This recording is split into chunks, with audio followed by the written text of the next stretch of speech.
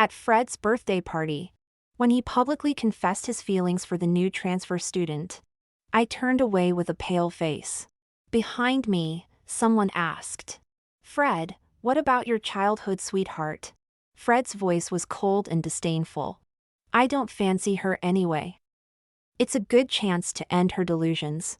But no one heard the mechanical electronic voice from the sky. Male lead Fred Paxton has been rebound to the new female lead, unbinding from the original female lead Olivia Foster. People watching my back thought I was trembling with tears. In reality, I was covering my mouth to keep from laughing out loud. I was finally free. Ding! This novel reminds you to click the subscribe button in the bottom right corner to read the complete novel. I walked quickly until the jeering voices behind me faded away. Only then did I lower the hand covering my mouth. As if a heavy burden had been lifted, I was finally free. Humming a cheerful tune, I returned home. My mom looked at me in surprise and asked, "Wasn't Fred's birthday party tonight? Why are you back?" I waved my hand dismissively. "It's fine, I already dropped off the gift. I found it a bit boring, so I came home early." My mom nodded, not saying anything more. Suddenly remembering something, I spoke up. "Mom, let's move house." Hearing this, my mom frowned. "What happened? Did Fred bully you?" "No, I just feel we've lived here too long." "Didn't you want to change houses before?" "But..." "Mom, let's move, please." "I'm tired of living here," I interrupted, whining. My mom sighed and tapped my forehead gently. "All right, I'll discuss it with your dad when he gets back." "Thanks, Mom. You're the best." I cheered, giving her a quick hug before heading to my room. I flopped heavily onto my bed, finally relaxing. I had been waiting for this day for so long. Since I was 5, I knew Fred was the male lead of this world. And I was his chosen female lead. The first time he met me, he said he would marry me when he grew up. Because of that childish joke from a 5-year-old. I had been trapped for 13 whole years. Because I was Fred's female lead, I had to be inseparable from him.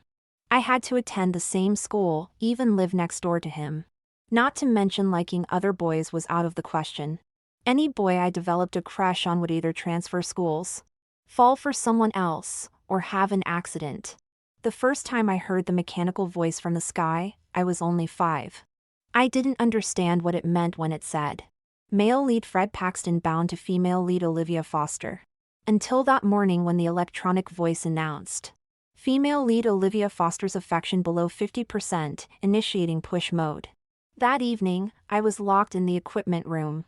For 3 whole hours, with no light or water, hot and stuffy. I curled up in the corner, nearly fainting from dehydration. In the end, it was Fred who rescued me. When he pried open the door, appearing before me drenched in sweat, and reaching out his hand, I was truly moved, my heart racing. I almost fell for him then. But the mechanical voice in my ear told me it was all a lie. Hero rescue plot complete, female lead affection at 80%. In an instant, it felt like I'd been doused with a bucket of cold water. Looking at the handsome, carefree features of the young man, I felt fear from that moment on. Because the real reason my affection for him had dropped was that Fred had played a cruel prank on me just 2 days before. This time it was too much. He had cut my hair with scissors while I was napping, leaving it a mess. When I confronted him later, he said it was just a dare. A bet with his mates to see if he'd dare to cut my hair. He told me not to be so petty. Even though he was clearly in the wrong, because he was the male lead. I wasn't allowed to be angry with him, I wasn't allowed to dislike him. So they had to hurt me and have Fred come to my rescue to raise my affection. That day, walking home, Fred awkwardly apologized to me, but I didn't hear a word. All I could hear was the cold, harsh mechanical voice. "Warning! Female lead Olivia Foster's affection below 50%. Warning! Female lead Olivia Foster's affection below 40%. Warning! Female lead Olivia Foster's affection below 30%. From that day on, I began to rebel. I went home and threw a tantrum about moving house. But I underestimated this world where Fred was the male lead.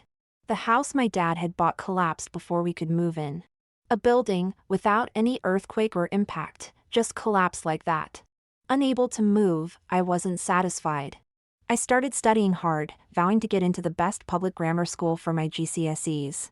However, on the day of my exams, there was a chain of car accidents. Although I was unharmed, I missed one subject. I could only accompany Fred to this posh private high school. Unable to move or change schools, I thought, as long as I didn't like him, it would be fine. But even that wasn't allowed, because my fondness for Fred was too low. My dad's company started having problems, projects were suspended. Finances were tight, and in the end, it was on the brink of bankruptcy. And the only company willing to invest in my dad's business was the Paxton Group. Seeing my parents forcing smiles in front of me but frowning with worry behind my back, I gave in. I started forcing myself to like Fred. I lied to myself, saying liking Fred was good, at least he was handsome and rich. I began bringing Fred breakfast in the morning, waiting for him after school to go home together. I actively tutored him in his studies and gave him all sorts of gifts. I tried my best to maintain my fondness for him at 60%. I numbed myself until Molly Stone appeared. That day, Fred and I were going to school as usual. When Fred bumped into Molly in the corridor, she raised her defiant face and demanded Fred apologize. Fred laughed and asked her, "Do you know who I am?"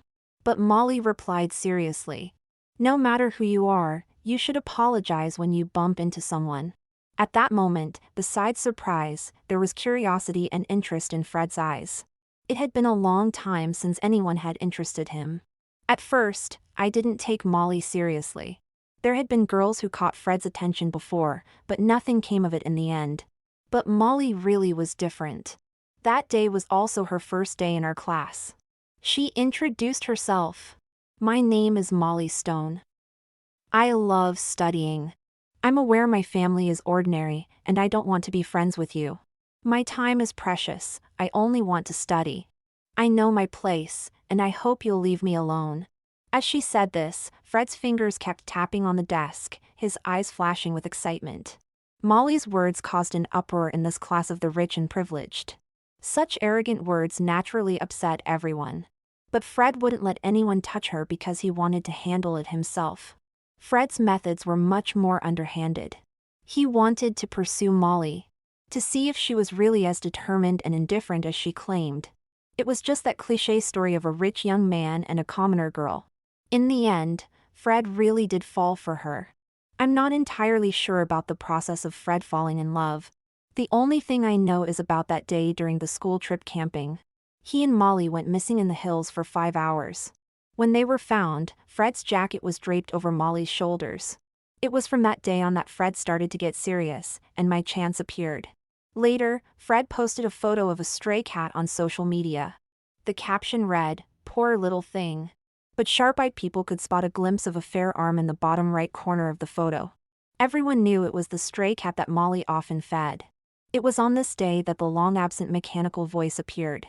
Male lead Fred Paxton's fondness for another character has reached 80%. Female lead to be reassigned. Selection method. The person Fred Paxton confesses to on his 18th birthday will be bound as the female lead. Warning! This choice cannot be changed once made. It was from that day onwards that I realized I had a chance to break free from Fred. I began to stir things up deliberately. I purposely clung to Fred, insisting we go to school, return home, and have meals together. I also forbade him from seeking out Molly. Fred coldly warned me not to cross the line. But I knew this wasn't enough, so I escalated my tactics. I went crying to his parents, Mr. and Mrs. Paxton, complaining about Fred. Mr. Paxton told Fred to stay away from unsavory characters. I even went as far as confronting Molly after school. I told her that Fred was out of her league. Molly's eyes immediately welled up with tears. Her voice trembling, she said, "Olivia, please don't insult me. I don't have those kinds of feelings for Fred." My voice was harsh and full of malice. "No feelings, yet you're offering to tutor him under the guise of repaying a debt. I'm the top student in the school, and I'm Fred's desk mate. What subject could I possibly not teach him?" That day, Molly left in tears. Then she began to distance herself from Fred. pushing him to the point where he burst into my room and warned me fiercely. "Olivia Foster, don't make me turn against you. Stay away from her, she's not like you." After Fred's outburst, I ran to Mrs. Paxton again. I told her I wanted to confess my feelings for Fred at his birthday party. Mrs. Paxton was naturally delighted and agreed to help me arrange the venue and invite important guests. The aim was to force Fred to accept me. I deliberately let this information slip to Fred, so he couldn't sit still anymore. At the birthday party, he publicly confessed to Molly. I knew Fred hadn't planned to confess so soon, but I couldn't wait any longer. I was desperate for freedom. "Fred, I didn't want to be your female lead anymore." I slept soundly that night. The next morning, standing on the second floor, I watched Fred's car drive away. He didn't wait for me. It was the first time he hadn't gone to school with me. I took my time getting ready and eating breakfast. I hadn't eaten breakfast at home for a long time, always rushing to leave with him. When I arrived at school, everyone was gossiping about how Molly had gotten out of Fred's car today. As they gossiped, they kept glancing at me. After all, everyone thought I liked Fred. Yesterday at the birthday party, after Fred confessed to Molly, someone had asked him what about me. Fred's voice was cold and disdainful. "I don't like her anyway, it's good to end her delusions."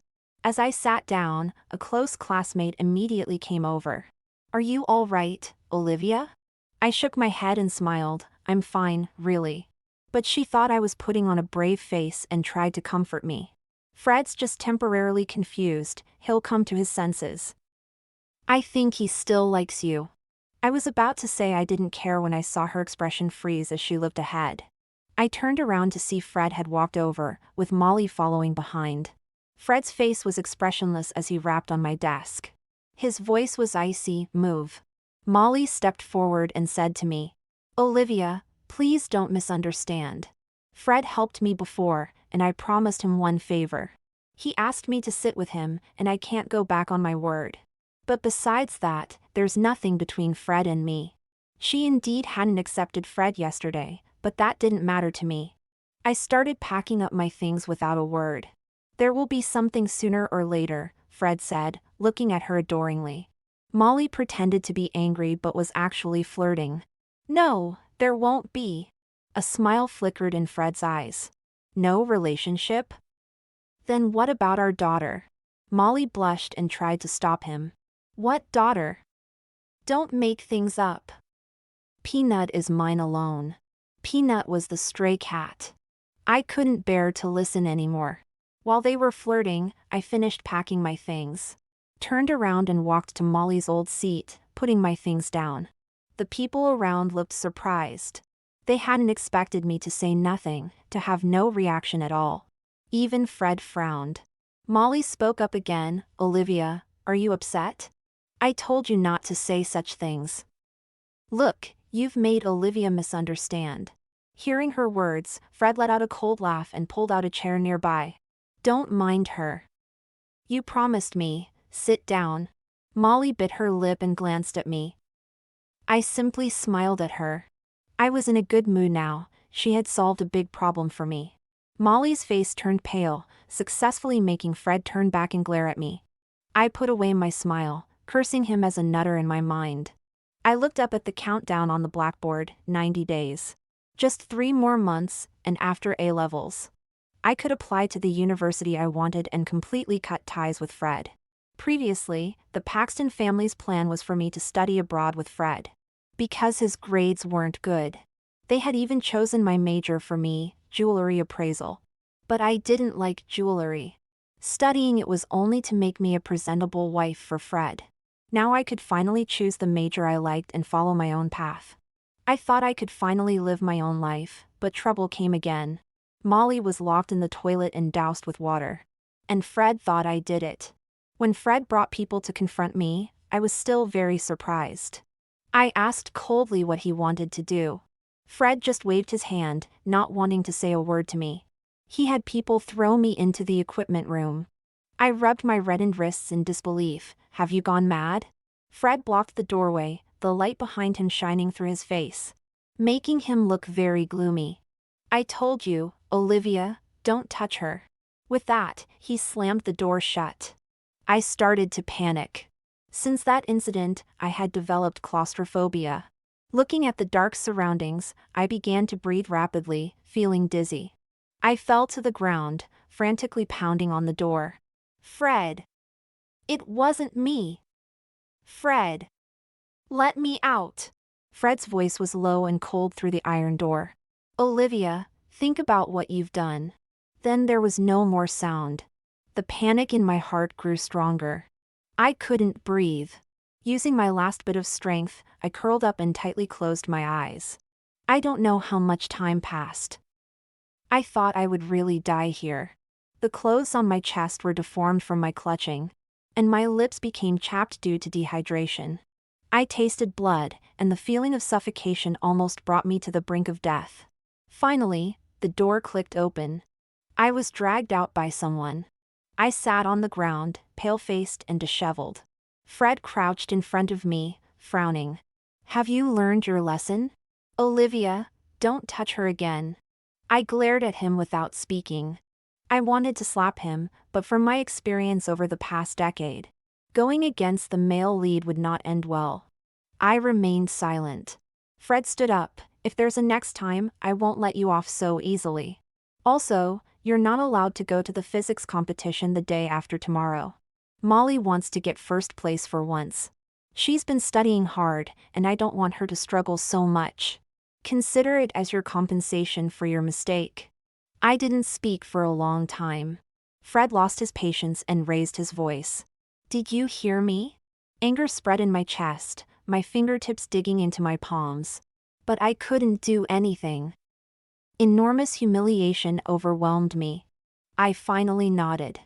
I told myself there were less than 3 months left, and nothing could go wrong. I prepared to go home with my weakened body, walking unsteadily. Fred suddenly spoke, I'll take you home. No need. I continued walking out, gritting my teeth. But Fred grabbed my arm. Olivia, don't be angry with me. You made a mistake, so you have to pay for it. Given the relationship between our two families, I'll still take care of you where I should. I violently shook off his arm and met his gaze. I said no need. Fred's expression changed, suit yourself. I left the school gates and took a cab. Only when I reached my doorstep did I calm down. I tidied myself up before entering the house. As soon as I entered, Mum happily came up to me and said, Olivia, you're back. Your dad and I have picked out a house. Come and see if it's all right. Dad sat on the sofa and waved at me, come here, darling. I walked over. My parents surrounded me, enthusiastically introducing their plans and how to decorate my room. Looking at their gentle faces, I couldn't help but tear up. Unable to hold back the grievances I had just suffered. I buried my head in Mum's chest, tears falling silently. Mum sensed something was wrong, and Dad also became anxious. Olivia, what's wrong? Don't you like the new house? If you don't, Dad can find another one. I wiped away my tears and sat up straight. I shook my head at Dad. At the same time, I made up my mind. Today's events made me realize that as long as I stayed near Fred, I could never completely get away from him. Dad, can we move to a different city? Hearing this, Dad became more certain that something had happened. What's wrong, darling? Did someone bully you? No, Dad. Didn't you say before that you wanted to try developing your business elsewhere? I just feel that I've been in this city since kindergarten and I'm a bit tired of it. Can we live in a different city? Hearing me say this, Dad finally relaxed. That's true. Our Olivia has grown up, and this small place isn't fun anymore. All right then, after your A-levels, we'll leave this place. Mom also stroked my head, telling me not to be sad, and that she and Dad would support me in whatever I wanted to do. Looking at my loving parents, I felt deeply moved. They were my greatest support. Back in my room, I had completely calmed down. I had to go to the physics competition the day after tomorrow. No one could take away the first place that belonged to me. From my experience over the past decade, the male and female leads in this world had a deeply bound relationship. If something happened to the male lead, Then the female lead must be by his side.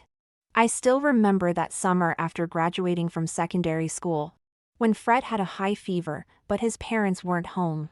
As a result, my long-awaited graduation trip was canceled due to a sudden typhoon that grounded all flights. I was forced to look after him for a day and a night. So, on the morning of the physics competition, I added a tiny bit of peanut butter to the sandwich Molly had made for Fred. Fred was severely allergic to peanuts. Even a small amount would cause him to break out in hives all over his body. Since Fred wouldn't leave me alone, I decided to play the role of the evil antagonist just this once. Sure enough, Fred had an allergic reaction. While dropping Molly off at the school bus for the competition, he was breathing rapidly, his face flushed red. In front of their classmates and teachers, Molly rushed towards him in panic. No matter how much the teachers tried to persuade her, she insisted on staying with Fred. I boarded the bus discreetly, wearing a hat to keep a low profile. As the bus started moving, I saw Molly supporting Fred, her face full of concern. I pulled the curtain down on my window, expressionless. Perhaps without the distraction, I performed exceptionally well in this physics competition. As usual, I secured first place. When I returned to school with the trophy and certificate, Fred was strutting around with his bruised lips. His illness had greatly accelerated the progress of his relationship with Molly. They were now a couple. I placed my trophy on my desk and had just sat down when Fred and Molly walked in, hand in hand. Seeing me, Fred frowned. He was about to say something when the teacher entered the classroom, interrupting him. Fred had no choice but to return to his seat with Molly. Our form tutor, beaming with pride, announced, "In this county-wide physics competition, Olivia has once again secured first place. Let's congratulate her." As the classroom erupted in applause, I noticed Molly lowering her head, her expression downcast. Fred patted her hand reassuringly. He then turned and gave me a warning look. In response, I raised my trophy with a smile. The more displeased he was, the happier I felt. When he cornered me in the classroom after school, questioning why I participated in the physics competition, I presented my prepared explanation. I had already told the teacher I wouldn't go, but who knew Molly wouldn't go either? The teacher said if neither of us went, who would win first place for the school? So, I went. Is there a problem? It's not like I stopped her from going. Hearing this, Fred's expression showed a hint of guilt. I deliberately said these things to remind him. Who was really responsible for Molly missing the competition? What? Are you going to lock me up again because of this? I asked coldly. Fred looked up, frustrated. Forget it, you can go, he said. As I walked past him towards the door, I bumped into Molly, who had come looking for him. She glanced at me, her face full of wariness. I didn't stop, finding the situation amusing. Fred, I heard her call. Why are you here? I told you to wait for me outside, he replied. I was worried when you didn't come out, she said.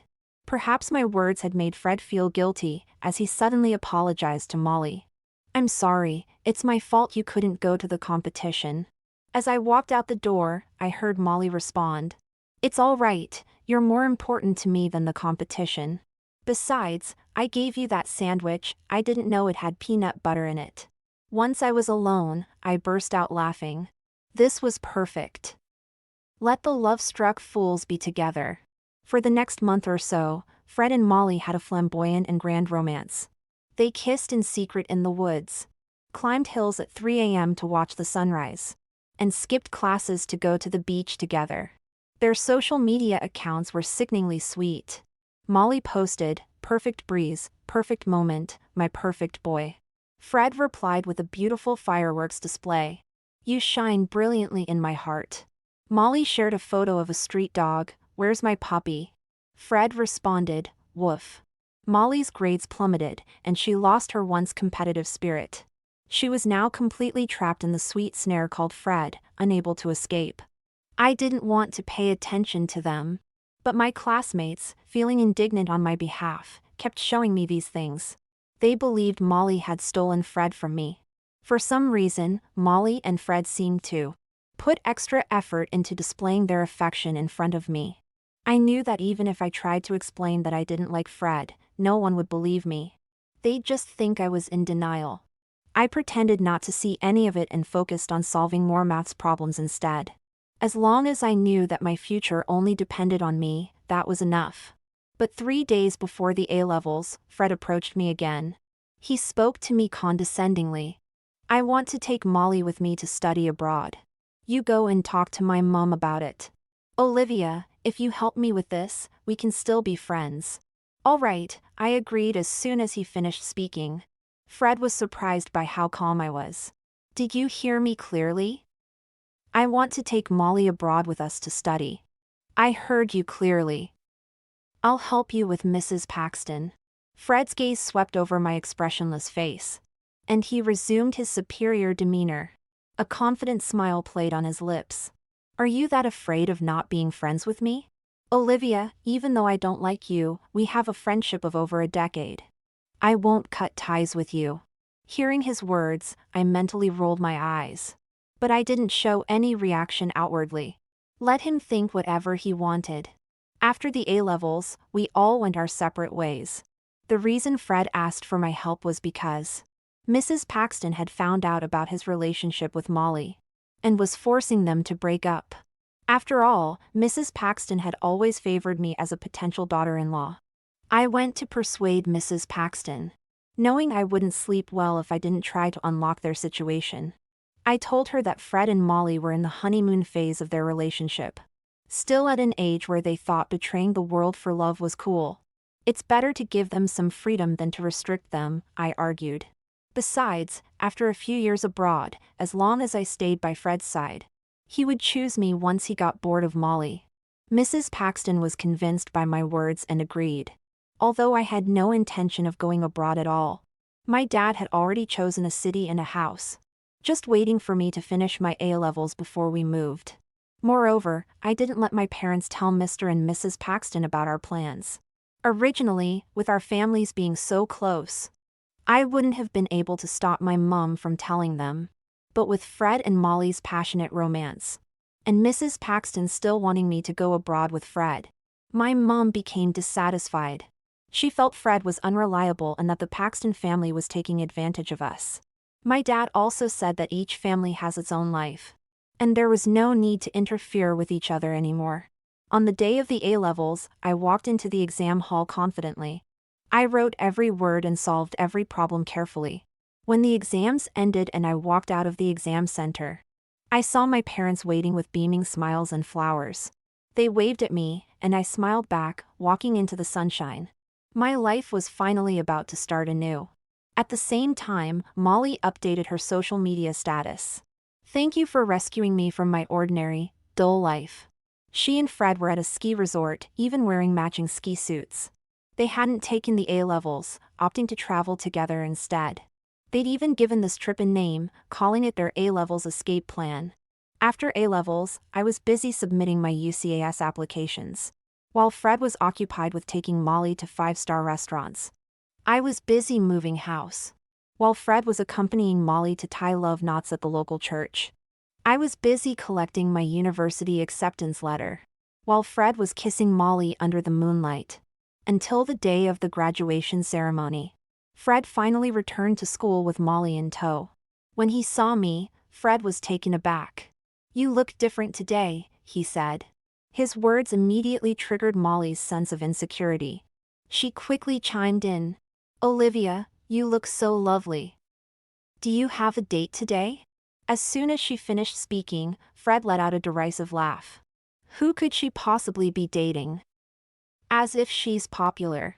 Then, as if bestowing a great favor, he added, "Though you really should try dating someone. The feeling of spending an entire day with the person you love is absolutely brilliant." He and Molly exchanged a knowing smile, and she playfully swatted his arm. Then Molly, her face flushed, said, "That's right, Olivia. The taste of love is wonderful.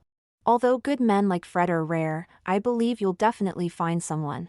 I felt no ripple of emotion at this provocation, so I smiled and replied, "I will." When I start university, I'll find a good man and have a proper relationship. But Fred's face suddenly darkened. You'd better, he said. Of course. I wish you both a long and happy relationship too. I continued, still smiling. Thank you, Olive Dash. Let's go, Fred interrupted Molly's thanks, dragging her away from the hall. After they left, Fred sent me another message. Olivia, don't be stubborn. I'm not falling for this act. I deleted the chat. I couldn't care less what he thought. They left so quickly. They didn't even see my name printed in gold on the school's honor board. Perhaps because I had annoyed Fred at the graduation ceremony. He didn't contact me for 2 weeks. It wasn't until I was standing at the airport gate that I received his message. Molly's worried about adjusting to life abroad, so I'm taking her with me first. Don't come too soon. Give us a fortnight alone together. I didn't reply. I simply removed my SIM card, snapped it in half, and tossed it in the bin. Better if we never meet again. Fred stared coldly at the unanswered message on his phone. It had been a week, and Olivia still hadn't replied. Feeling irritated, he opened the chat box, typed a few words, then deleted them. Molly, oblivious to his mood, was still trying on dresses for the evening gala. Fred's mother had given him 2 invitations to a luxury jewelry gala, asking him to bring Olivia. Fred, how does this look? Molly excitedly twirled in front of him, showing off an evening gown. Fred knew he should compliment her. But for some reason, he couldn't muster any enthusiasm. He gave a half-hearted response, "It suits you, very pretty." At his words, Molly moved closer, blushing, and gave him a quick kiss. I'll go try on some others, she said, skipping away happily. After she left, Fred's expression turned cold again. He had just caught himself thinking that if Olivia were here, the dress would look even more beautiful on her. He remembered the graduation ceremony, where Olivia wore a pale yellow French-style dress, her fair legs visible, smiling radiantly. Fred, I've made my choice, Molly's soft voice interrupted his memories. Fred was startled to realize what he had been thinking about. But he didn't want to admit it, choosing instead to deceive himself. Frowning, he blocked Olivia on his phone. He thought to himself, let's see how long she can hold out. When she comes begging him later, he would mock her mercilessly. Without Fred's interference, I breezed through my first year at university. It felt absolutely brilliant. I could go wherever I wanted, meet whoever I fancied, and date anyone I liked. I was no longer tied to Fred's side, unable to do anything without his approval. This afternoon, I had no lectures, so I lazily slept in my dorm room until 5 p.m. When I woke up, I saw a message from a guy I'd been on a date with recently, asking me out for dinner tonight. I thought back to our last date, which wasn't bad at all. He was gentle and attentive. I smiled and replied, sure. At 8 p.m., I finished my makeup and put on my favorite outfit. During dinner, he looked even more handsome and fresh than last time. I didn't need to search for topics because he kept the conversation flowing. After dinner, he walked me back to my dorm. He seemed reluctant to leave. Olivia, can I take you out again sometime? I leaned in close to his ear and playfully said, no. Seeing his disappointed look, I quickly added, because next time, I'll be the one asking you out. I grinned mischievously, my eyes twinkling. He blushed, his ears turning red as he stammered. Oh, okay, I'll look forward to it. After teasing him, I hummed a little tune as I happily returned to my room. It had been a perfect day, just an ordinary day with a touch of excitement. That night, after removing my makeup and applying a face mask, I got an unexpected call from an old friend. She had some bad news. Olivia, did you know? Fred's been frantically searching for you. I froze at her words. When did this happen? About 2 months ago. He suddenly flew back and started asking all our old classmates about you. But don't worry, everyone remembers what happened with him and Molly. Especially since he left the class group chat before graduation. No one's keen to help him out. Hearing this, I relaxed a bit. All right, thanks for letting me know. After hanging up, I muttered, what a nutter. What does he want with me? Still feeling uneasy, I called my parents to warn them not to contact the Paxtons. Once they assured me they wouldn't, I felt more at ease. I climbed into bed, ready for sleep. I had classes tomorrow and plans to go shopping with my roommate in the afternoon. I couldn't let irrelevant people ruin my mood. 2 weeks passed, and I had almost forgotten about the whole thing. But as I was leaving class, chatting and laughing with my roommate, someone stopped us. Olivia. Hearing that familiar voice, I knew trouble was brewing. I looked up and saw the face I knew all too well. My expression immediately cooled. My roommate sensed the tension and tried to pull me away. But I didn't move. Since Fred had come looking for me, I had to face him. Running away wouldn't solve anything. So I asked my roommate to go ahead without me. I led Fred to a cafe just off campus to talk. I ordered 2 coffees and calmly asked, "Let's skip the small talk. Why are you here?" Seeing my cold demeanor, Fred's face darkened. "Why didn't you tell me you secretly applied to Oxford? Why didn't you study abroad? Why did you move? Why did you change your number? Why haven't you contacted me? Do you know how long I've been looking for you?" His barrage of questions made me frown. At this point, I see no reason to hold back anymore. I have my own life now, my own preferred field of study, my own friends. Our family has also cut ties with the Paxtons. Even if Fred is the male lead, he has no right to interfere with my life anymore. Fred, where I go, what school I attend, moving house, changing my phone number. These are all my own business, and they have nothing to do with you, I said firmly. If you're only trying to contact me to ask about these things, then my only answer is that it's my choice. Fred wasn't pleased. He set down his cup heavily. "Olivia, you're heartless. We've been friends for over a decade, and you're just cutting me off like this? On what grounds?" he demanded. "And studying abroad was our agreement. Why aren't you going? Is it because I'm taking Molly? I've said it before, we've been friends for over 10 years. That won't change." Fred looked at me as if I was being utterly unreasonable. "No," I answered quickly and firmly. "I've never considered you a friend. I never wanted to study abroad. I never made any agreement with you." Fred's face was a picture of disbelief. "How is that possible? You clearly liked Dash." "Liked you?" I interrupted him. "No, I've never liked you. The day you got together with Molly, I thought to myself, I'm finally free of you." Having said what I'd been wanting to say for so long, I felt the pressure in my chest ease. I stood up. "Goodbye. No, actually, let's never meet again. Don't come bothering me anymore." Fred was still in shock as I was about to leave the cafe. Then I heard a sharp crash behind me. Fred had smashed his cup. His voice, full of fury, followed. "Olivia, you've got some nerve. You'd better be telling the truth. Even if you come crying back to me, I won't forgive you."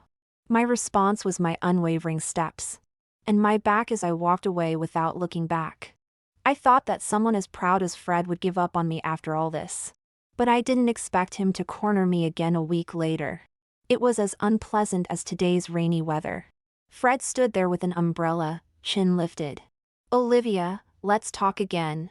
I didn't answer him, just opened my own umbrella and walked past him into the rain. "I can break up with Molly." Hearing this, I paused. Seeing me stop, Fred spoke faster. "I've thought about it. If you mind her, and I'm bored of her anyway, I can break up with her."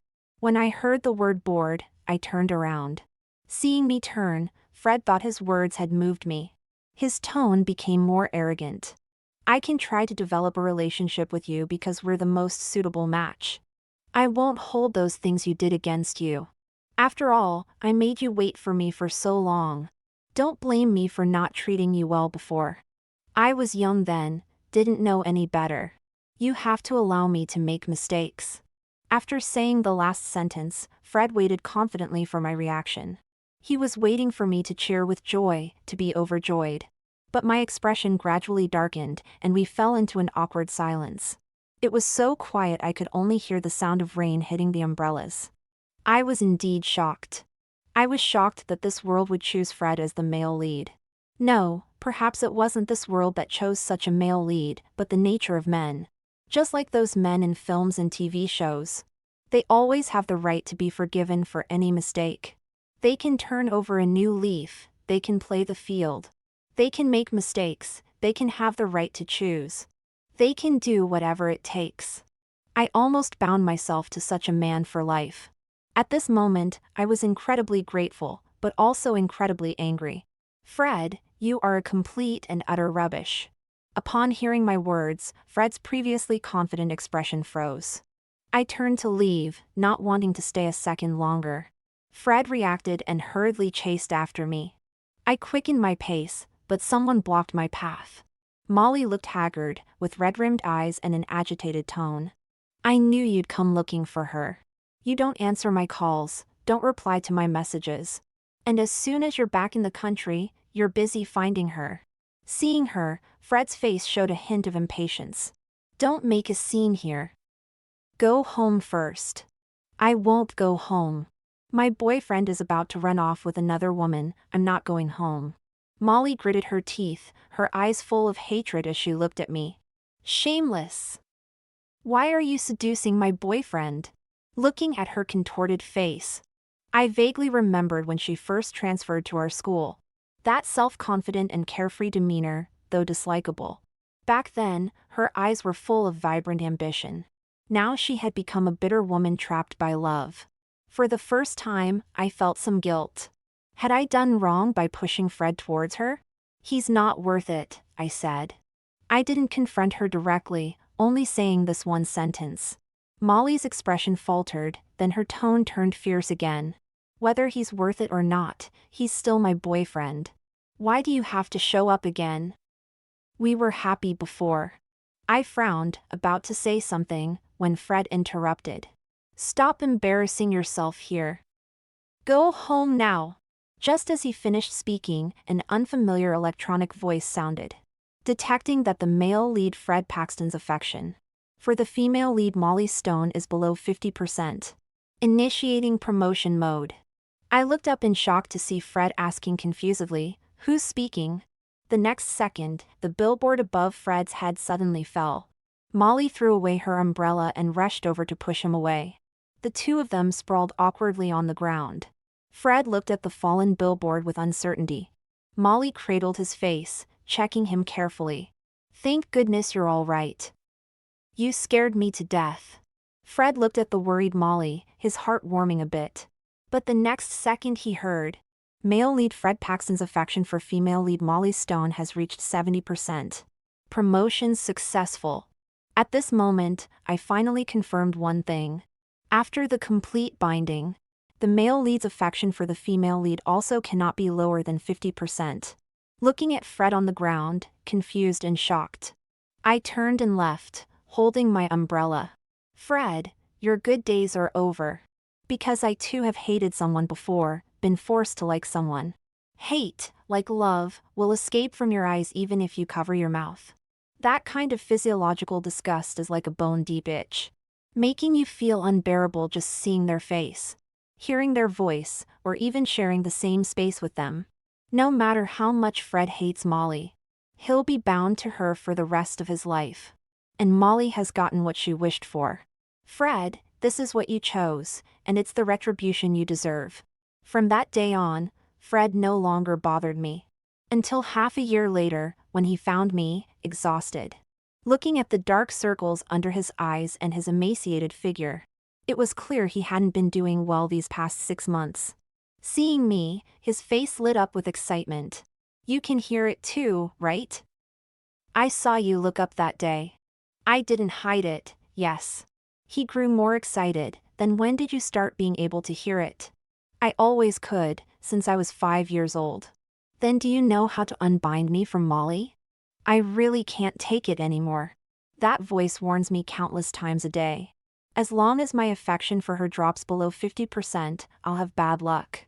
Either eating peanut butter and having an allergic reaction, or falling down the stairs. I even almost got into a car accident. Please help me. Fred's face was full of pleading. I really don't like her anymore. I'd rather be bound to you.